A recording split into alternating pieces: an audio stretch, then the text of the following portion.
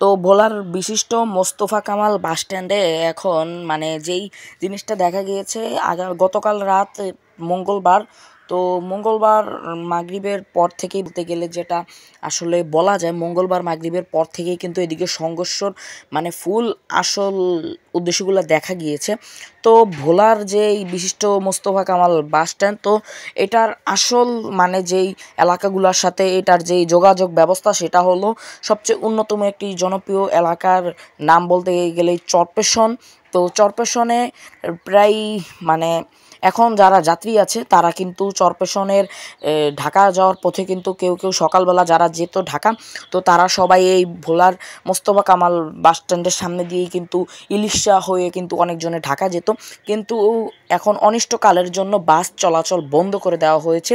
চরপেশন মানে ভোলা থেকে এই অন্য অন্য রুটের বাস চলাচল বন্ধ করে দেওয়া হয়েছে অনিষ্টকালের জন্য।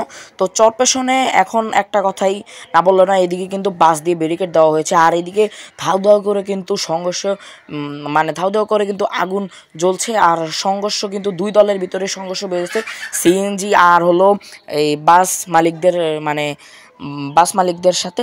তো একটা কথা না বললেই নয়, কিন্তু এই বছরে গত বছরে কিন্তু পুরা 24 সালটাই কিন্তু বলতে গেলে এক কথায় একটা ভয়ানক একটা সাল ছিল 24 সাল।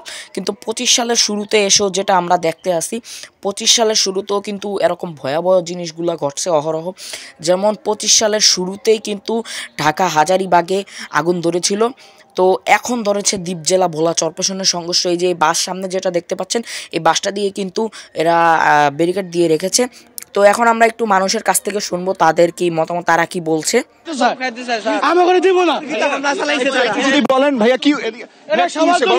ভাইয়া হয়েছে নাকি, এই টিপুটা আমাদের টেম্পুরা আমরা বেপি ট্যাক্সির আমল থেকে ছিল, নাজির রহমান মঞ্জুর সাহেব এই টিপুটা আমাদেরকে দিয়ে গেছে। রাস্তায় যানজট হয় দেখিয়া আমরা এই টিপুটার ভিতরে থাকতে চাই।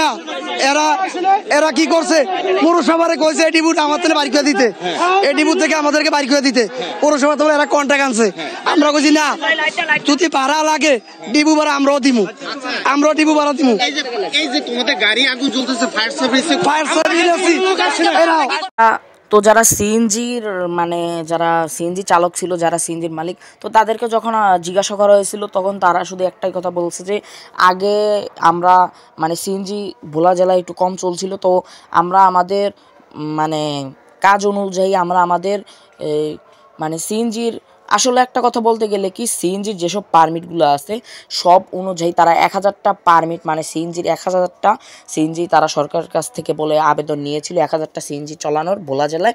তো সেই অনুযায়ী কিন্তু ভোলা মোস্তফা কামাল যে বাস স্ট্যান্ড, তো সেখানে কিন্তু এখন একটা কথা না বললে কিন্তু অনেক বড় জায়গা, তো সেখানে বাস সিএনজি দোনোটাই কিন্তু আটবে। কিন্তু একটা কথা বললে কি, বাস লোকাল বাস ডাইরেক্ট বাস দুইটা কিন্তু চলে ভোলায়।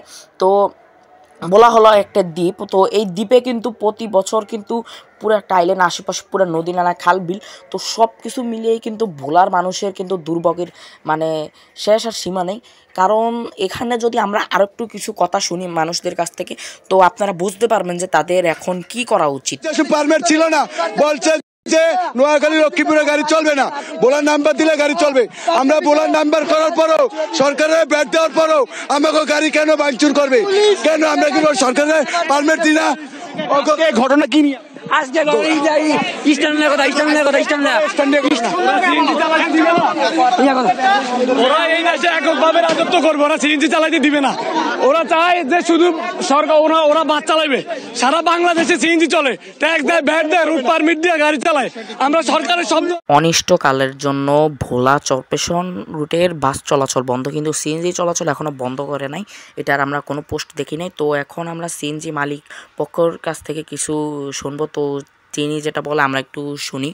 আসছি আমাদের এই সিএনজি সাবেক ডিসি মহোদয় থাকতে, তৌফিক এলাই স্যার থাকতে এবং সাবেক আমাদের এসপি মহোদয় থাকতে, এরকম আওয়ামী লীগের আমলে তারা অনেক বিশৃঙ্খলা সৃষ্টি করছে। পরে আমাদের গাড়ি বৈধ ছিল না, আমাদেরকে সরকার 1000 গাড়ির বৈধ দিচ্ছে ভোলা জেলায়, তাতে আমাদের 400 সিএনজি নামার পরে তারা এখন কথা বলতে দাও, এখন আমাদের সিএনজি বৈধভাবে চলতেছে, সরকার রাজস্ব পাচ্ছে। এটা তাদের প্রতিহিংসা, বাস মালিক সমিতির প্রতিহিংসা। তারা অন্য অন্য জেলা থেকে গাড়ি কিনে আইসা তারা গাড়ি চালাচ্ছে, কিন্তু তাদের রোড পারমিটও নেই এই জেলায়, ঠিক আছে? তাদের গাড়ি কোনো ফিটনেস নাই, তাদের ফিটনেসও নাই, গাড়ির রোড পারমিটও নাই ঠিক মতন, তারা সরকারের ভ্যাটও দেয় না, ট্যাক্সও দেয় না, অবৈধভাবে ভোলা জেলা দখল করছে এবং সাধারণ সার্ভিস আমাদের লোক আহত হয়েছে। ফায়ার সার্ভিস এলাকা করে আমরা বলতেছি যে অ্যাম্বুলেন্স বাইর করেন, তারা চায় রয়েছে, তারা জামাও গাড়ি আগুন দিছে। ফায়ার সার্ভিস, কোস্টগার্ড, পুলিশ কোন বাহিনী কি আসছে? তাদেরকে আমরা ডাক দিছি মতন, তারা বলছে যে তোমাকে এদিক জায়গা। যেহেতু অনিষ্টকালের জন্য বাস চলাচল বন্ধ, তা আমরা একটা আবেদন বলতে গেলে আমরা ভোলার মানুষ কিন্তু একটা ডিসিশন নিতেই পারি। যেই ডিসিশনটা হলো চরপেশন যেই বাস টার্মিনাল আছে, তো সেখানে কিন্তু কিছু সিএনজি কিংবা কিছু বাস ট্রান্সফার করা উচিত। কারণ যেহেতু এদিকে যেই পরিমাণে কিন্তু হারে হারে এখন বলতে গেলে দুইটা দলের ভিতরে যেহেতু সংঘর্ষ এখন বেজে গিয়েছে, হ্যাঁ, তো সেই অনুযায়ী কিন্তু চরপেশন যেই বাস টার্মিনাল, হ্যাঁ, যেটা আবদুল্লাহ ইসলাম জ্যাকব বানিয়েছিলেন, তো সেই বাস টার্মিনালে সিএনজি কিংবা অল্প কিছু বাস রাখা উচিত। কারণ সেই বাস টার্মিনালটা পুরো খালি পড়ে রয়েছে, সেই বাস টার্মিনালটা বলতে গেলে পুরাই এখন খালি পড়ে রয়েছে। আর সেখানে যে বাসগুলো ছিল সেগুলো সব চরপেশন বা টাওয়ারের পাশে যে লোকাল বাস স্ট্যান্ড, তো সেদিকে চলে গিয়েছে। তো এই মুহূর্তে ভোলা থেকে আমরা মানে শেষ খবরটাই আপনাদেরকে এখন দিলাম। তো এটা হলো রাতের আমরা করে রেখেছিলাম, তো এটা একটু দিতে দেরি হয়েছিল। তো আপনাদের আশেপাশের সব খবর জানাতে মেঘনা টিভির সাথেই সবসময় আপনারা থাকবেন, কারণ আমি আছি ইয়াসির রহমান মেঘনা টিভি থেকে। তো সবাই ভালো থাকবেন, আসসালামু আলাইকুম। কারণ এখন আমি ভোলার লালমোহনে, এটা আমি অন্য জায়গা থেকে ভিডিওর ফুটেজগুলো নেওয়া। তো একটা কথা না বললেই না, এদিকে কিন্তু পুলিশরাও এসেছে, কিন্তু পুলিশ কিন্তু সামনে যাচ্ছে না বলতে গেলে, যেটা দেখা যায় পুলিশ কিন্তু একটু সামনে যেয়ে আবার দৌড় দিচ্ছে, কারণ পুলিশের আর বাইক নাই, হ্যাঁ।